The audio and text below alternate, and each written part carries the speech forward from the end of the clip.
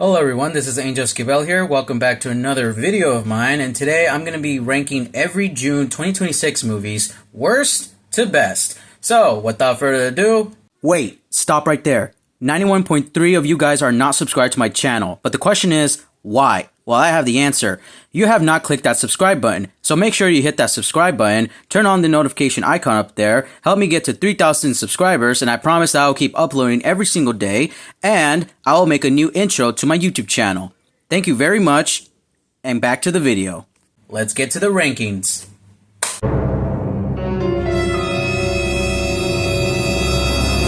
The month of June had some really good movies, but also some very disappointing movies at that. And speaking of disappointments, at my number 8 spot, I give it to Disclosure Day. This movie, directed by Steven Spielberg, a very old director, out of his prime, directed this movie, and it was really boring. Like, I try to pay attention as much as I can. When looking at this, it almost felt like Steven Spielberg wanted to make this movie like a long time ago, but obviously it was too early to make a movie like that because of the special effects, so he decided to drop it on 2026. But watching this almost feels very outdated. They don't even reveal the aliens until like the very end, so it was just kind of like a bait and switch. You're just like waiting for the whole movie to reveal the aliens, but and then we left with the cliffhanger and shit. So yeah, Steven Spielberg, out of his prime, he should just retire. I mean, he was really good when he made E.T. and the other movies, but this was just poo. So that's why I have it on my number 8 spot. Speaking about movies that are so boring that not even IMAX couldn't even make it better, at my number 7 spot, Supergirl. Like, I'm pretty sure there was a really good story within Supergirl, or the cast and the acting was really good, but it's the story in general, the writing just felt very generic. It's the same old rehash crap that we've seen like in superhero movies.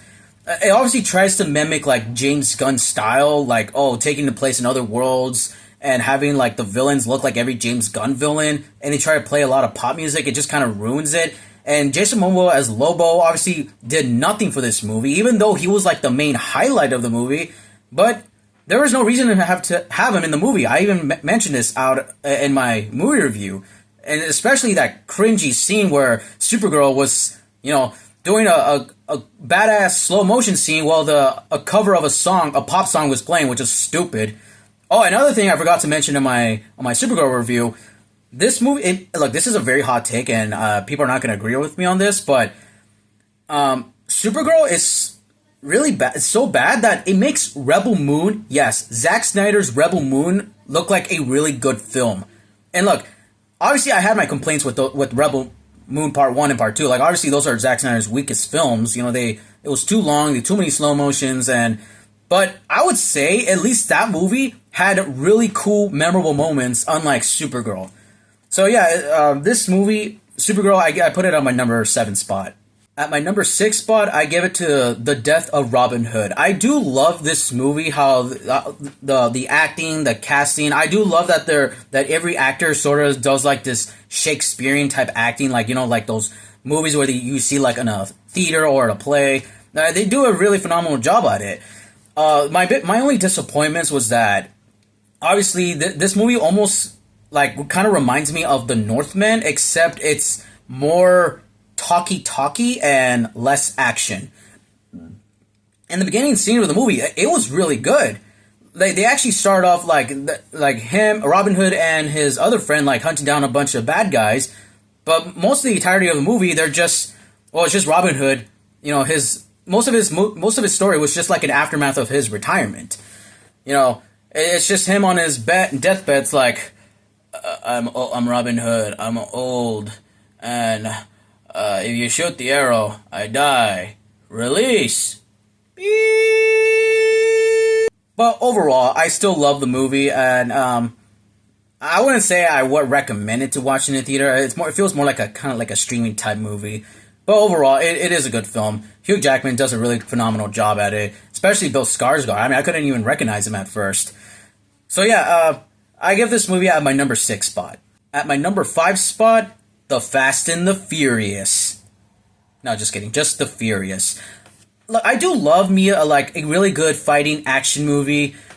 You know, especially the older ones. I mean, the old ones I really grew up with, like Jackie Chan, Bruce Lee, the old star or Jason Statham. But watching this, although it has really good choreography, I just feel like at sometimes throughout the entire movie they kind of like overdo it with their spinning around, flipping and flopping, and like their ching chong, and just like sliding all over the floor, climbing on each other. It almost looks a little ridiculous, but it does have some really cool action scenes. I was surprised how bloody and some scenes were. And there's some, obviously, I mean, the plot is simple. They're trying to hunt, these two guys are trying to take down this gang that was obviously trying to like kidnap and sell these children. But most of the time it's just like fighting and stuff, which is cool, but sometimes, like I said, it kind of drags. And the only thing that ruins it was the elderly lady at my theater who wouldn't shut up and has to be Mrs. Captain Obvious. Like, oh my god, you see that? Look! Oh my god! Woo! She was like really next to me, and I was like, I wanted to tell her to shut the hell up, but obviously that's only gonna make an elderly lady even more louder, especially since she's old and a woman. So that's why I give this movie at my number 5 spot. This is where the list gets better. So at my number 4 spot, Scary Movie 6. The Wayans brothers are back to make a scary movie, and I love their comedy, their humor. They still have it till this day. My only disappointment is that maybe there's some times where the humor doesn't really land, and you can tell that they wanted to make a lot of references in their movies, like in a lot of the scary movies, but obviously they didn't really had enough time to fill it up. So obviously they had to like cut some things out, and they almost feel like just like filler. It's especially towards the end. I think when they try to reference not weapons. I mean, even though weapons was referenced. What was it? Long Legs. Yeah, with Nicolas Cage. They obviously parodied that, but it didn't really add nothing to the story other than just to parody it. So yeah, overall, it's still funny. I do definitely recommend a watch. Oh yeah, and also I do like how they also sort of like hint and tease like White Chicks 2, like in the middle of the movie where one of the Wayans brothers now goes back into like one of the white chicks. It's really funny, and yes, this is a spoiler. And for those who have not seen it, well, too bad. So that's why I give this movie at my number 4 spot. At number 3, I give it to Masters of the Universe. This was such a really good and fun, entertaining action film. It just sucks that this movie failed at the box office. Like, it failed so bad that obviously we're not going to get a sequel. I mean, even though there's some theory that Amazon has, billions of dollars, so pretty much they could make a sequel, but I doubt it. And for those who have not seen this movie, you guys are literally missing out. There was a lot of good action in this movie. I liked how this movie also did not take itself seriously. It decided to just, rehash like the 80s type like action of the 80s charm of the He-Man Masters of the Universe. The actor who plays He-Man does a phenomenal job as Adam, aka He-Man, and Jared Leto as Skeletor. Dude, he did a good job. And I know there's a lot of hate towards Jared Leto of like, oh, every movie he's in, it's terrible. I'm like, is it really bad? Like, his acting's really good. He has good range of acting. But either way, it's a really fun movie. For those who haven't watched it, you guys are gonna miss out, and for those who are gonna see it like later on in streaming, you're gonna be like, oh man, I should have seen this in theater. Yeah, dumbass, you should have seen this in the theater. But no, instead you had to wait for a month to do like a YouTube reaction video. Oh, first time watching this. Okay, I'm gonna go off on a little rant. I know this has nothing involved with the rankings, but if you don't want to hear my little rant here, you can skip at this time. For those who do reaction videos, like first time reacting to a movie and post like a 1-hour reaction on YouTube, y'all stupid. It's some stupid ass like lazy content that you're just sitting on your ass watching a movie that everyone has already seen. Oh, first time watching Nemo, first time watching Shrek, first time watching Rocky. You're telling me that you are like 20 to 30 or 50 years old, battery's at 20%, that you have never seen these movies, it's your first time watching them. What are you, hiding under a rock? What are you, fucking Patrick? Y'all just making lazy ass content, and it's stupid. And people who watch this shit are fucking stupid too, because like, really? Like, you could have just seen the movie yourself in theaters, but no, you had to wait to watch it at home. Fucking broke ass. Whew. Okay, well. But yeah, Masters of the Universe, best movie of June, so I definitely recommend it even to watch, even though I don't know if it's still there, but that's why I give this movie on my number 3 spot. Now, for the last two, obviously this was a little bit hard and tricky for me to decide which one's which, because both of these movies are like a 10 out of 10, but in their own, obviously different ways. But I have decided that on my number 2 spot is Jackass Best and Last. Obviously, they're so old that they're still, but yet they're still doing stupid shit. Sorry for the little particle there. It is so, like, they still do disgusting stuff. And in this movie, most of the time, they're just showing, like, old stuff from, like, their older movies. It's so fun. But then again, I do like how they also do newer stunts. Even though it wasn't as, like, as disgusting, as intense as, like, the 4th movie. No, don't get me wrong. This movie, there are some gross moments. Like that Twister scene, which was really gross. But yeah, it is so fun. Obviously, there's no plot to the movie, and there's no need for a plot. But yeah, it's a really fun movie. I definitely recommend you give this movie a watch. It's not definitely a family movie. It's not. So that's why I give this movie at my number 2 spot.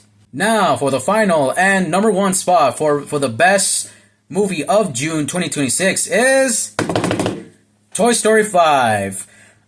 This movie, I love the message of this movie. I do like how it gives a message to not only the children, even though they have a hard time understanding messages in movies, but also a message to us adults as parents.